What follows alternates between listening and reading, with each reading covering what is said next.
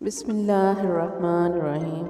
السلام علیکم دوستو، امید ہے اللہ پاک کے کرم سے آپ سب ٹھیک ہوں گے۔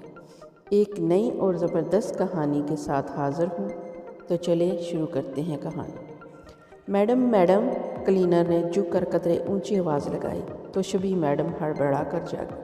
سٹاپ آ گیا ہے تمہارا، دبلے پتلے لڑکے نے مراٹھی میں کہتے ہوئے اسے سر سے پیر تک گھورا۔ وہ اس کشمکش میں تھا کہ اس کی گہری نیند پر رشک کرے یا یوں بے سدھ سونے پر افسوس۔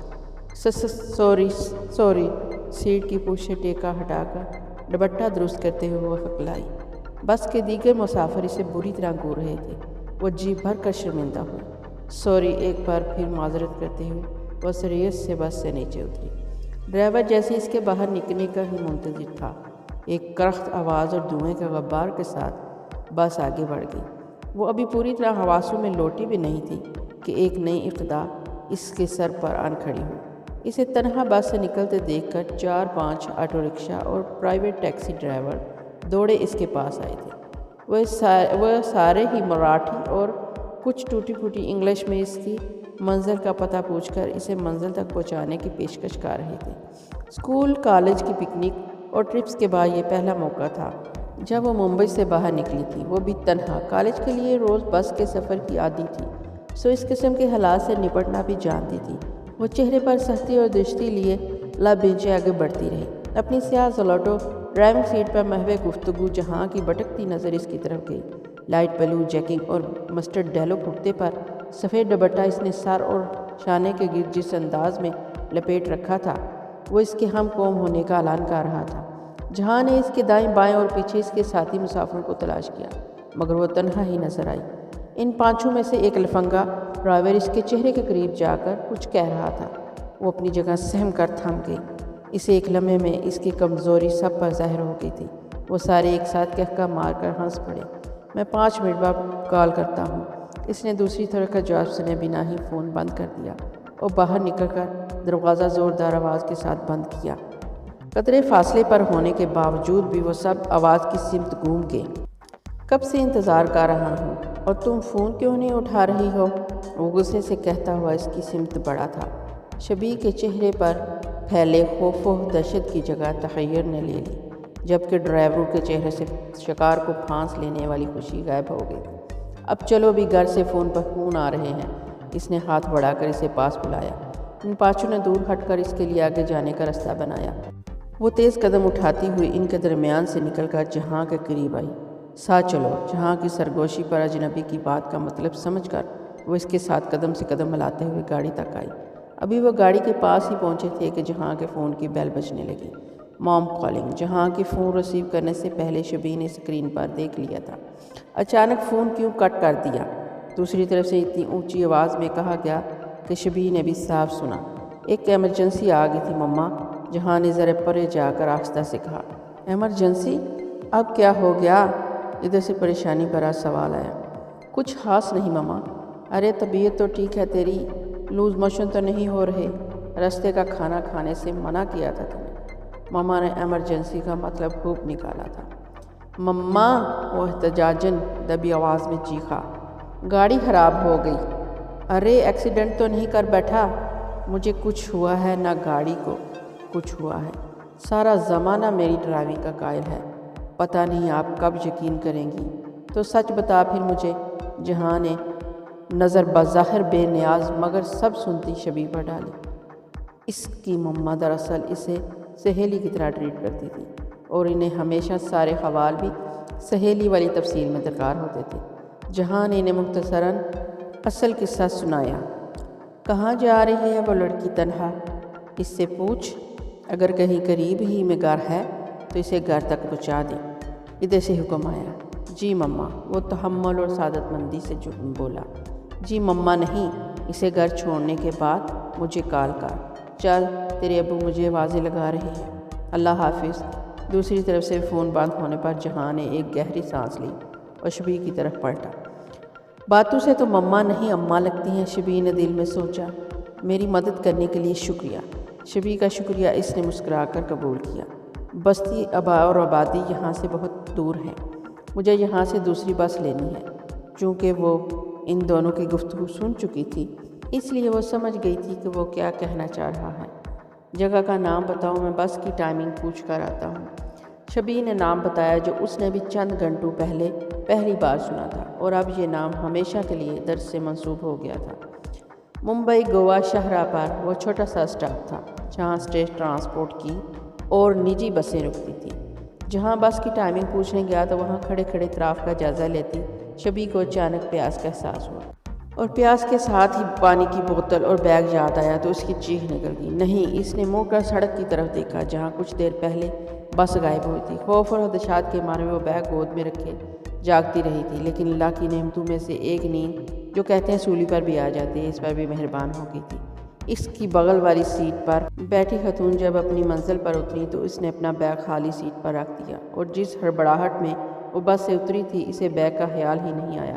اسے بھولنے والی عادت نے ہی یہ دن دکھایا تھا، اور اب اسے ایک دم رونا آ گیا تھا۔ جہاں واپس آیا تو وہ ایک ہاتھ منہ پر اور دوسرا ہاتھ کمر پر رکھے آنسو بہا رہی تھی۔ کیا ہوا؟ اس کا انداز اور آنسو جہاں کو کنفیوز ہونا بنتا تھا۔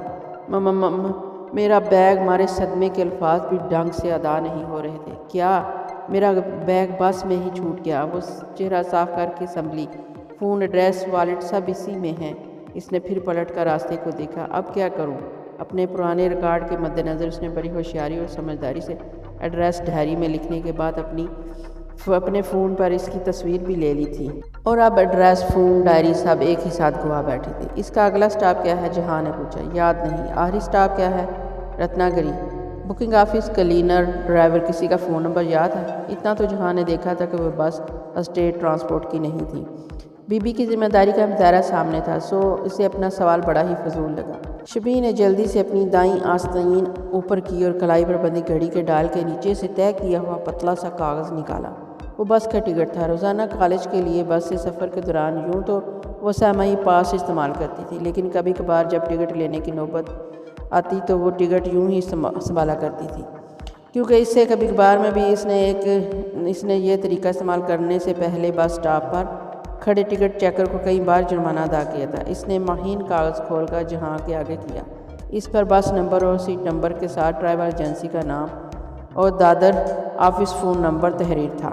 جہاں نے اس نمبر پر فون لگایا۔ اسے شبہ تھا کہ صبح 8 بجے فون اٹھانے کے لیے وہاں کوئی موجود ہوگا بھی یا نہیں، مگر شکر تھا کہ تیسری رنگ پر دوسری طرف سے جواب مل گیا۔ جہاں نے بیگ والی بات بتا کر بس کا نمبر بتایا اور کلینر کا نمبر لیا، پھر کلینر کو فون لگا کر اگلے سٹاپ کے متعلق پوچھا۔ چلو اگلے سٹاپ پر شاید وہ ہمیں مل جائیں، ورنہ پھر رتنا گری تک پیچھا کرنا پڑے گا۔ اس نے ٹکٹ واپس شبی کو تھمایا اور فون جیب میں ڈال کر ڈرائیونگ سیٹ سنبھال لی۔ شبی کشمکش کا شکار یوں ہی کھڑی رہی۔ اس غور و فکر میں بس نکل جائے گی۔ جہاں نے آگے جھک کر اس کی سمت کا دروازہ کھولا۔ ایک اجنبی، بلے کچھ ہی دیر پہلے اس نے اس کی مدد کی تھی، اس کے ہمراہ تنہا انجان راستے اور انجان منزل کی طرف سفر پر نکلنا عقل مندی نہیں تھی، مگر کوئی اور چارہ بھی نہیں تھا۔ نہ فون تھا، نہ پیسے تھے۔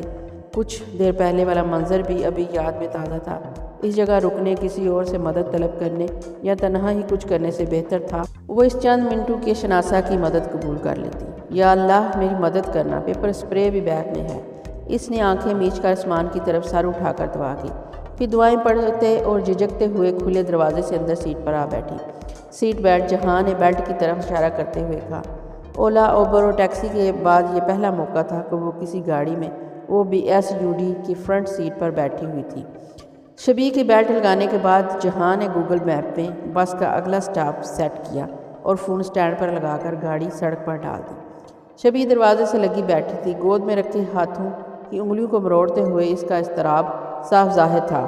جہاں نے ایک نگاہ اس پر ڈال کر ساری توجہ ڈرائیونگ پر مسکور کر دی۔ امی اور نوحہ کو میری غیر موجودگی کا علم ہو گیا ہوگا۔ اللہ کرے انہیں ٹیبل پر رکھی میری لکھی چٹ نظر آ جائے۔ صفی تو صبح اٹھ کر ٹریکنگ کے لیے نکل گیا ہوگا۔ کل اسی ٹریکنگ کی تیاری اور جلدی سونے کے چکر میں اس نے گزرے طوفان کے بعد رہ جانے والی نشانیوں پر غور ہی نہیں کیا تھا۔ کچھ ہی دیر میں اپنی سوچوں میں گم وہ پوری طرح فراموش کر بیٹھی تھی کہ کسی اجنبی کے ساتھ اس کی گاڑی میں فرنٹ سیٹ پر بیٹھی ہے۔ وہ کئی متضاد کیفیات میں گری گھر سے نکلی تھی۔ سوچوں کے شلگار نے جلد ہی اس کے ذہن کو سنسا کر دیا تھا۔ ایک وقت میں ایک مسئلہ کے اصول پر عمل پیرا ہونے کا فیصلہ کرتے ہوئے اس نے پہلے اس ایڈریس پر پہنچنے کا سوچا، اور کچھ دیر گوگل پر سرچ کرنے کے بعد وہ ٹیکسی سے دادر پہنچ گئی۔ غنیمت تھا کہ وہاں اسے سب سے آخری بس مل گئی تھی۔ صفورہ کا پریشان اور فکر مند چہرہ جسے اس کے ذہن سے چپک سا گیا ہو، تو غصے سے بلبلاتی نوحہ بھی بار بار آنکھوں کے سامنے ناچ رہی تھی۔ اتنی ناراضگی اور طیش کے بعد بھی دونوں کے تصور اس کی پلکیں نم کر دیتی تھی۔ ڈونٹ وری، انشاءاللہ بیگ مل جائے گا، اسے روتا دیکھ کر جہاں نے تسلی دی۔ اس نے آنکھیں رگڑتے ہوئے اس بات میں سر ہلانے پر اتفاق کیا۔ وہ شاہراہ چھوڑ کر زہلی سڑک پر آ گئے تھے۔ رستہ خراب تھا، سو وہ رفتار دھیمی کر کے بڑی توجہ سے گاڑی چلا رہا تھا۔ کھڑکی سے باہر دیکھتے ہوئے ایک بار پھر سوچوں کے گردہ میں گم تھی۔ سارا خاندان تو اس سے لا علم نہیں ہو سکتا، کیوں کبھی کسی نے مجھ تک سچائی پہنچانے کی کوشش نہیں کی؟ کیا پتہ شاہ رخ ناؤ میں کسی نے مجھ سے کچھ کہا، مگر میں کیوں کر سمجھ پاتی؟ یہ تو میرے بدترین گماں کی سرحدوں سے بھی پرے کی خبر ہے۔ کبھی نہ کوئی شک گزرا، نہ بھولے بھٹکے کوئی خیال آیا تو یہ کس کا کمال محبت یا کمال فریب؟ اس کے اندر ہاتھ باندھے بیٹھی مسلسل ملامتی نظروں سے اسے گھورتی صفورہ کی شبی نے طنز کیا۔ اس نے اضطراری انداز میں پہلو بدلا، پھر پیروں سے براؤن لوفرز نکالے اور دونوں پیر موڑ کر سیٹ پر رکھ لیے۔ وہ غائب دماغی سے گود میں رکھے ہاتھوں کی انگلیاں مروڑے جا رہی تھی۔ کچھ دیر بعد جہاں نے رفتار کم کرتے ہوئے سڑک کے کنارے گاڑی روک دی۔ شبی بری طرح چونکی، بدترین وسوسے ذہن میں کلبلانے لگے تھے۔ آگے پتہ نہیں کوئی ہوٹل یا ڈھابہ ملے نہ ملے، وہاں کچھ مکان نظر آ رہے ہیں۔ جہاں نے کھڑکی سے باہر دور اشارہ کیا، وہاں ریکویسٹ کر کے واش روم یوز کرنے مل جائے گا۔ شبی پر گڑوں پانی پڑ گیا۔ اس کی بے چینی کا مطلب اس حد سے زیادہ دوسروں کی فکر کرنے والے بندے نے جو نکالا تھا، وہ مارے شرمندگی کی سرخ پڑے۔ اس کی ضرورت نہیں ہے، آئی ایم فائن۔ اس نے پیر نیچے کر کے لوفرز میں ڈالے اور سیدھی ہو کر بیٹھ گئی۔ شیور؟ اس کے سوال پر شبی نے مثبت انداز میں سر ہلایا۔ جہاں نے گاڑی اسٹارٹ کی۔ ڈونٹ مائنڈ اٹ، میری چھوٹی بہن ڈائبٹک ہے، اس لیے سفر کے دوران ہر 1-1.5 گھنٹے کے بعد رکنے کی عادت ہے۔ اس نے کھڑکی سے باہر جھانکتی ہوئی شرمندہ سے شبی کو دیکھا۔ اوہ، ابھی سے کتنی چھوٹی ہے وہ؟ اس نے اپنا رخ جہاں کی طرف کیا۔ ڈائیگنوز ہوا تب وہ 4 سال کی تھی، فی الحال اس کی عمر 17 سال ہے۔ فیملی میں اور بھی کسی کو ہوگی؟ مطلب پیرنٹس یا گرینڈ پیرنٹس؟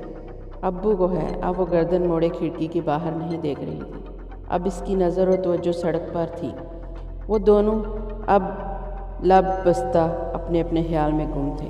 جہاں کا فون بجا تو دونوں نے سٹینڈ میں لگے فون کو دیکھا۔ ویڈیو کال تھی جسے جہاں نے ریجیکٹ کر دیا۔ چند منٹوں بعد دوبارہ رنگ ہونے لگی۔ جہاں نے سر جھٹک کر گاڑی سڑک کے کنارے روک دی اور فون لے کر باہر نکلا۔ شبی کالر کا نام دیکھ چکی تھی، پھولن دیوی۔ اس نے دل میں دہرایا، ماں بیٹا تو بڑے مہذب لگتے ہیں۔ ڈرائیو کر رہا ہوں، کار ریسیو کرتے اس نے دانت پیستے ہوئے عرش کو جتایا۔ ہاں تو کوئی کال کر رہا ہو تو گاڑی روک کر بات کرتے ہیں، کال کٹ نہیں کرتے۔ وہ اپنے کالج کنٹین میں بیٹھی تھی۔ کیوں فون کیا وہ بتاؤ؟ جہاں کو اندر بیٹھی شبی کا خیال تھا، اس لیے سیدھے کام کی بات پوچھی۔ اب بتائے بنا گوا کے لیے کیسے نکل گئے؟ اور سچ سچ کہنا، کون کون ہے آپ کے ساتھ؟ اطلاع ملتے ہی تم نے مجھے لسٹ تھمانی تھی، وہ تم مجھے ابھی بھی ٹیکسٹ کر سکتی ہو۔ لسٹ تو میں نے آپ کو کب کی بھیج دی، آپ نے دیکھی نہیں اب تک؟ مسئلہ لسٹ کا نہیں، مجھے بھی آپ کے ساتھ آنا تھا۔ عرش کی بات پر جہاں نے اپنی عقل مندی کو داد دی کہ وہ صرف مما کو بتا کر نکل آیا تھا، اور فی الحال اسے یہ بتانا بھی مصیبت تھی کہ لسٹ دے کر بھی کوئی فائدہ نہیں، کیونکہ وہ گوا تک نہیں جائے گا۔ تمہیں کس لیے میرے ساتھ آنا تھا؟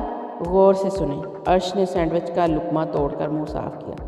ہم لاسٹ ٹائم جو بیچ والے کھنڈر پر رکے تھے نا، وہاں سمندر کی سائڈ والی دیوار پر میں نے اور شبان نے اپنے نام لکھے تھے۔ آپ مجھے اس کی فوٹو بھیجیں، بلکہ نہیں، آپ وہاں سے ویڈیو کال کریں۔ میری اور شبان کی شرط لگی ہے کہ وہ نام اب بھی وہاں پر ہیں یا نہیں۔ تمہیں اپنے نام دیکھنے کے لیے میرے ساتھ آنا تھا۔ دوستو، کہانی ابھی باقی ہے۔